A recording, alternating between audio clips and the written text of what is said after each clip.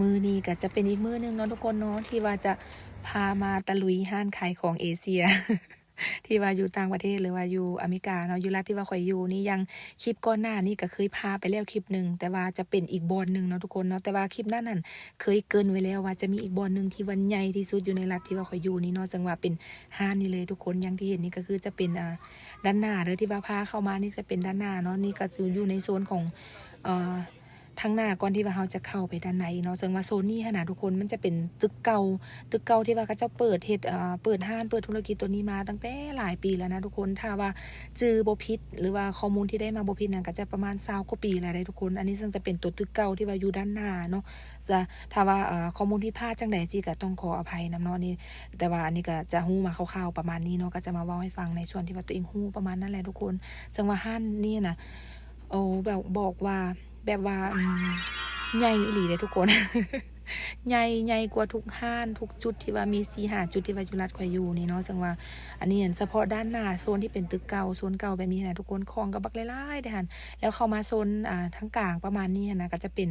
ผักหมักไหม้อย่างต่างๆของกินก็จะอยู่ประมาณนี้เนาะซึ่งว่าเป็นผักเป็นหมักไหม้ของเอเชียเฮานะทุกคน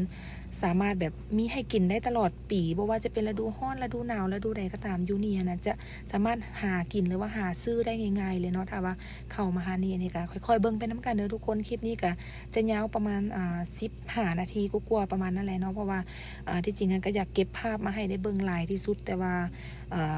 ที่ได้มามื้อนี้ก็จะเป็นเพียงแค่ปีกย่อยคร่าวๆเด้อทุกคนเด้อ ก็อาจจะบ่ได้ทั่วทุกซอกทุกมุมแต่ก็พยายามเก็บมาให้ได้หลายที่สุดให้ทุกคนได้เบิ่งเนาะนี่ก็จะเห็นเลยว่าเป็นผักเป็นบักไม้เอเชียเฮานะมีขายทุกอย่างเลยทุกคนครบจบอยู่ในห้างนี้อีหลีเนาะนี่ค่อยๆเบิ่งไปน้ำกันเด้อทุกคนเด้อ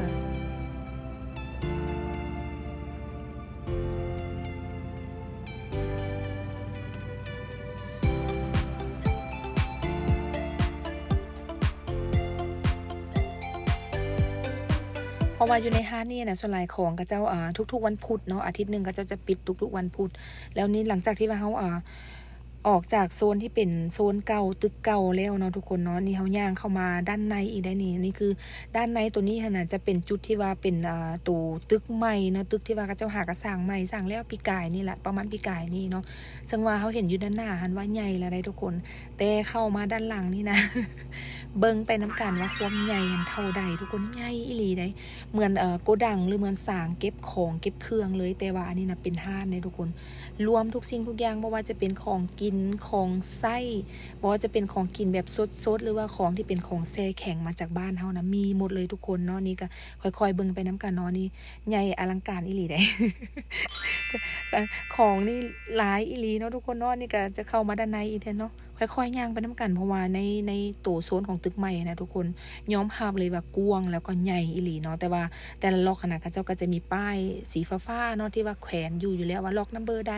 ล็อกนี้มีเครื่องอย่างนี้เราสามารถ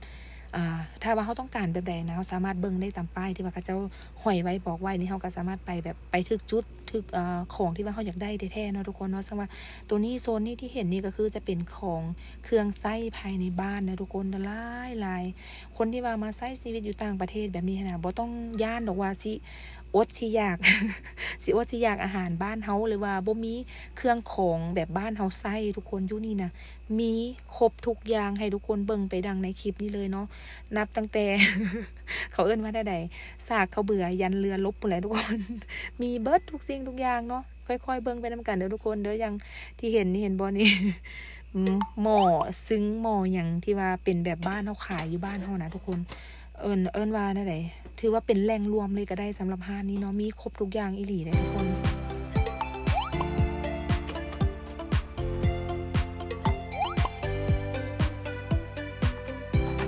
ขนาดน้อยขนาดใหญ่อันนี้เลือกเอาได้ตามความต้องการเลยเนาะทุกคนเบิ่งแต่เชลฟ์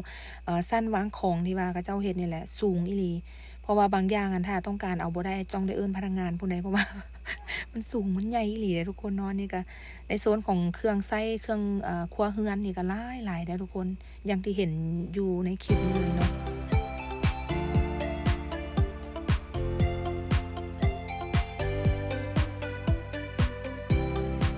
ตัวนี้ นี้ก็จะเป็นในส่วนของหม้อนึ่งหรือว่าหวดนึ่งข้าวอย่างนั้นนะมีครบทุกคนเคยเห็นบางคนอยู่เนาะบางรัฐที่ว่าเขาเจ้าอยู่พี่อยู่ต่างประเทศอย่างเขาเจ้าก็หาซื้อยากเนาะของที่เป็นหวดนึ่งข้าวหรือเป็นหม้อนึ่งหม้ออย่างเครื่องใช้แบบบ้านเฮาสินะแต่ว่าอยู่นี่ก็โชคดีแต่รัฐที่ว่าบอนตุกอยู่นี่เนาะหาซื้อได้ง่ายๆเลยเพราะว่ามันจะมี4-5 ห้านซึ่งแต่ละห้านเขาเจ้าก็จะนำเอาของที่ว่าเป็นของบ้านเฮาแบบนี้แหละมาขายทุกคนแต่ว่าห้านนี่ถือว่าใหญ่สุดใหญ่กว่าทุกห้านที่ว่าอยู่รัฐนี่เลยเนาะเครื่องนี่ครบทุกอย่าง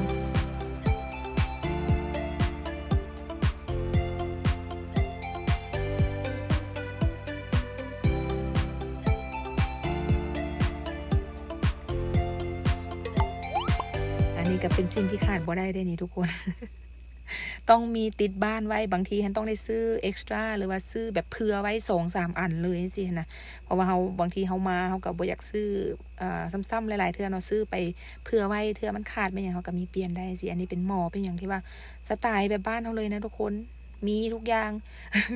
หาได้จบครบในทีเดียวที่นี่แท้ๆเลยได้ทุกคนอย่างนี้ก็คือเป็นแอปเข้าเป็นหวดเป็นอย่างนี้โซนนี้ก็คือพลาดบ่ได้พอบ้านมานี่ต้องจัดทุกรอบเลยได้ทุกคน เรามักซื้อแบบเผื่อไว้หลายๆสินะเนาะอย่างห้านนี่นะตะกี้กับเจ้าเฮ็ดกับเขาเจ้าก็เริ่มจากน้อยๆแหละทุกคนแต่พอว่าธุรกิจมันหลายปีแล้วสิทุกอย่างมันขยายตัวมันยังได้เนาะมีทุนต้นทุนนั่นนี่ก้อนทุนเฮามันขยายได้กับเจ้าก็เริ่มขยายออกได้นี่ส่วนที่เป็นตึกใหม่ตัวนี้เขาเจ้าหาก็เฮ็ดแล้วประมาณช่วงปีกายนี่แหละทุกคนก็เจ้าซื้อเอาหมดเลยนะทางด้านหลังบ่ว่าจะเป็นบอนจอดรถพาร์คิ่งอย่างเขาเจ้าก็มีของเขาเจ้าซื้อเอาหมดเลยในตรงนี้เนาะแต่ที่จริงเจ้าของห้านนี่นะเขาเจ้าจะมีอีกห้านนึงอีกสาขาหนึ่งจะอยู่แยกไปอีกบอนหนึ่งเลยทุกคนอันนั้นถ้าชื่อบ่ผิดน่าจะเป็นเมืองน้อยเขาเจ้าจะแยกออกไปทางนั้นอีกแต่กันใหญ่คือกันใหญ่แบบเดียวเลยทุกคนตั้งแต่ว่าตัวนั้นก็อาจจะบ่เท่าตัวนี้เนาะเพราะว่าตัวนี้ก็เจ้าหากับขยายมาตึกใหม่หากันแล้วมาปี2 ปีประมาณนี้เนาะแต่ว่าตัวนั้นก็เป็นสาขาเดียวกับตัวนี้ใหญ่บ่แพ้กันเลยทุกคนอย่างที่เห็นนี้เครื่องหลายอีหลี สิ่งที่เราต้องเฮ็ดสิ่งที่เราต้องมีก็คือต้องหาเงินนั่นแหละทุกคน มีเงินนี่ซื้อได้ครบจบในห้านนี่อีหลีนะทุกคนเนาะ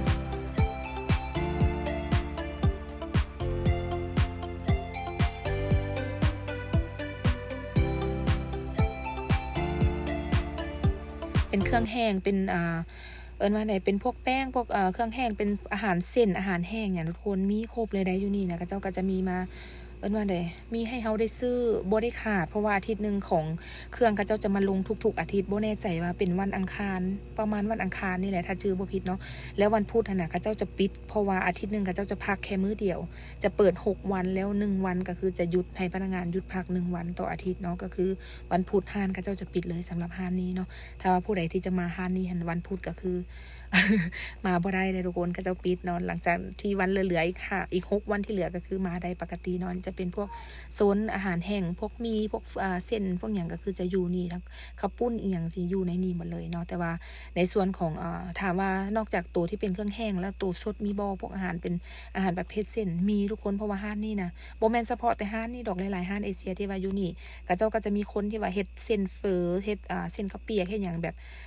สดมาส่งกับเจ้าอยู่แล้วเนาะแต่ถ้าผู้ใดบ่อยากกินสดอยากเอาแบบแห้งๆกับเจ้าก็มีให้คือกันเนาะอันนี้ส่วนโซนนี้ก็จะเป็นในระหว่างกลางของโซนผักโซนบางไม้อย่างออกมาเป็นโซนเนื้อสิเนาะอันนี้ก็เขาจะกลับมาด้านหน้าได้นี่ทุกคนเพราะว่านี่ด้านหน้าที่เป็นโซนตึกเก่าเพราะว่า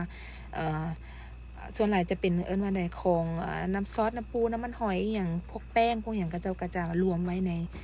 ตัวตึกเก่าพี่เนาะเป็นคอฟกาแฟกาแฟอย่างที่ว่าพ่อบ้านเพิ่นกินประจำเพิ่นก็จะมาหาเลาะซื้อเอาอยู่ในโซนของตึกเก่าประมาณนี้ทุกคน นี่เด้อันนี้ก็คือได้ของที่ต้องการแล้วได้ทันกินประจำเนาะต้องได้ออกมาโซนนี้เพราะว่าโซนด้านหลังก็จะเป็นเครื่องอีกแบบนึงเนาะจะเป็นเครื่องไส้เครื่องอย่างในเครื่องส่วนใหญ่เนาะแต่ว่าถ้าเป็นของกินหรือว่าของฟรีเซอร์แช่แข็งก็จะมาอยู่ในโซนของตึกเก่าประมาณนี้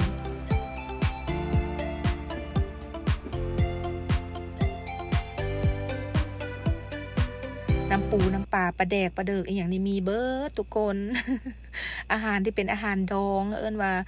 พวกดองพวกอย่างมาที่เป็นสำเร็จรูปพระเจ้าใส่ดองใส่กวดใส่อย่างมามีหมดอยู่ในโซนนี้เลยทุกคนอันนี้ก็คือเป็นของที่ว่ามักกินเนาะต้องได้ติดไม้ติดมือมาทุกรอบเลยสำหรับมักแต่ว่าถ้าเป็นมักของอเมริกาอยู่นี่ก็เจ้าก็มีคือกันนะทุกคนแซ่บคือกันแต่ว่าส่วนหลายทุกคนจะนิยมกินโตแบบนี้ของบ้านเราซะส่วนใหญ่เนาะหลายกว่าอันนี้ที่เห็นยางกลับไปกลับมาในโบเป็นอย่างเลยทุกคนวกวนกำเอาเครื่อง เพราะว่าอย่างที่ฮู้มันใหญ่อีหลีเนาะบางทีของกินในเฮือนครัวจะเป็นอีกโซนนึงเป็นซีนเป็นเนื้อเป็นผักจะอยู่อีกโซนนึงแล้วส่วนที่เป็นอาหารแช่แข็งก็จะอยู่อีกโซนนึงก็คือประมาณนี้อยู่โซนนี้ก็มีคือกันเนาะทุกคนเนาะแล้วที่ซ้ายมือนี่ส่วนใหญ่ก็จะเป็นอาหารที่แช่แข็งสำเร็จรูปมาแล้วแต่ว่าส่วนขวามือที่เห็นอยู่ในขวามือในคลิปนี้ก็คือจะเป็นพวกอาหารสดบ่ว่าจะเป็นซีนเป็นเนื้อเป็นอาหารประเภทเส้นหรือว่าเป็นพวกว่าได้ของดองของอย่างก็จะขายอยู่ประมาณโซนนี้เนาะอันนี้ก็แช่แข็งที่เห็นอยู่นี่ก็คือ ของมักของไผ่หลายๆคนเลยได้ทุกคนทุเรียนหรือว่าดุเรียนอยู่นี่นะมีทั้งตัวสดแล้วก็มีทั้งตัวแช่แข็งแบบนี้ให้เราเลือกเลยได้ทุกคนแล้วแต่ว่ากำลังเราซื้อได้แบบไหนเราก็ซื้อแบบนั้นเนาะก็จะมีให้เราทุกอย่างเลยสิ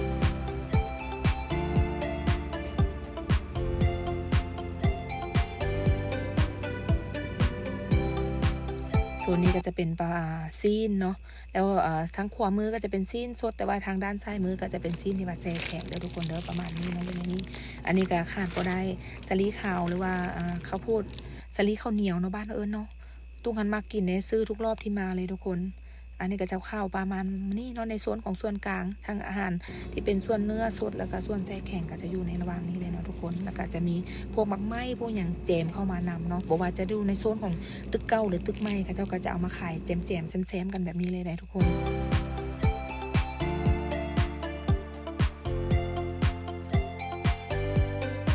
ใหญ่จริงใหญ่จังเลยเนาะอันนี้เนาะ หน่วยใหญ่อีหลีเลยอันนี้ก็จะเป็นโซนที่ว่าอาหารสดนั่นแหละเพราะว่าอย่างที่บอกไปก็จะได้ของครบย่างกลับไปกลับมาโซนหน้าโซนกลางโซนหลังก็จะได้เครื่องทุกคนอันนี้ก็จะเป็นถ้าคนเอเชียเขานะส่วนใหญ่ก็จะมากินประมาณนี้เลยทุกคนผู้ใดมาก็คือขาดบ่ได้ที่จะต้องติดไม้ติดมือไปเนาะซูเปอร์ตีนไก่ เป็นเลือดเป็นอย่างหมูหรืออย่างที่ว่าเขามักเอาเฮ็ดข้าวเปียกเฮ็ดก๋วยจั๊บเป็นอย่างสิก็จะหาซื้อได้อยู่แถวนี้เลยนะทุกคนมีให้เฮาทั้งหมดเลยเนาะอันนี้ก็เป็นชูการ์เคนหรือว่าน้ำอ้อยเนาะน้ำอ้อยแหละบ้านเราพวกประเภทของแบบนี้นะก็มีคือกันได้ทุกคนแต่ที่จริงเขาเจ้าจะมีขายในส่วนแบบสดๆนำได้แต่ถ้าผู้ใดบ่อยากซื้อตัวที่ว่าเขาเจ้าเฮ็ดขั้นสดๆนะบีบสดก็มาซื้อในส่วนแช่แข็งแบบนี้ก็ได้คือกันเนาะน้ำอ้อยนี่ก็คือทุเรียนก็จะมีทั้งแบบที่เป็นแพ็คแกะมาแล้วก็จะเป็นหน่วยแบบนี้แต่ว่าที่เห็นอยู่นี่คือแช่แข็งเลยทุกคนโบแมนโซนเนาะ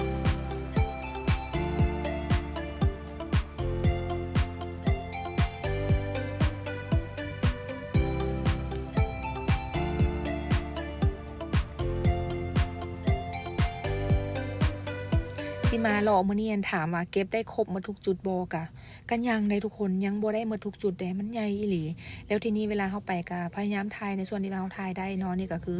จะเป็นในโซนของด้านหน้าเวลาที่ว่าเราไปซื้อของซื้อเครื่องด้านในแล้วก็ต้องได้ออกมาในโซนของตึกเก่าซึ่งจะเป็นด้านหน้าทางออกแบบนี้เนาะทุกคนเนาะก็จะมาเช็คเอาท์อยู่บ่นี่ถึงจะออกไปได้ก่อนที่ว่าเราจะเข้าผ่านไปตัวตึกใหม่ก็คือต้องผ่านตึกเก่าด้านหน้าแบบนี้เลยทุกคนเข้ามาด้านนี้แล้วก็ออกด้านเก่านี่มาจ่ายเงินจ่ายเช็คของอย่างอยู่นี่แล้วก็ออกไปได้สิเนาะอันนี้ก็จะประมาณนี้เด้อทุกคนสำหรับคลิปนี้ก็ได้เนาะก็มื้อที่ไปนี่ก็บ่บีซี่คนบ่หลายปานใดแต่ถ้าเป็นช่วงเทศกาลนะ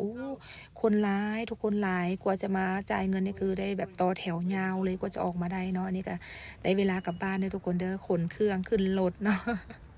เท่าน้อยๆนี่ก็ไปน้ำทุกที่ได้นี่เวลาเราไปก็เดี๋ยวนี้ขนาดบ่ค่อยอยากนั่งรอเราทุกคนแต่ว่าบางครั้งก็ได้เอาเรานั่งรอเพราะว่า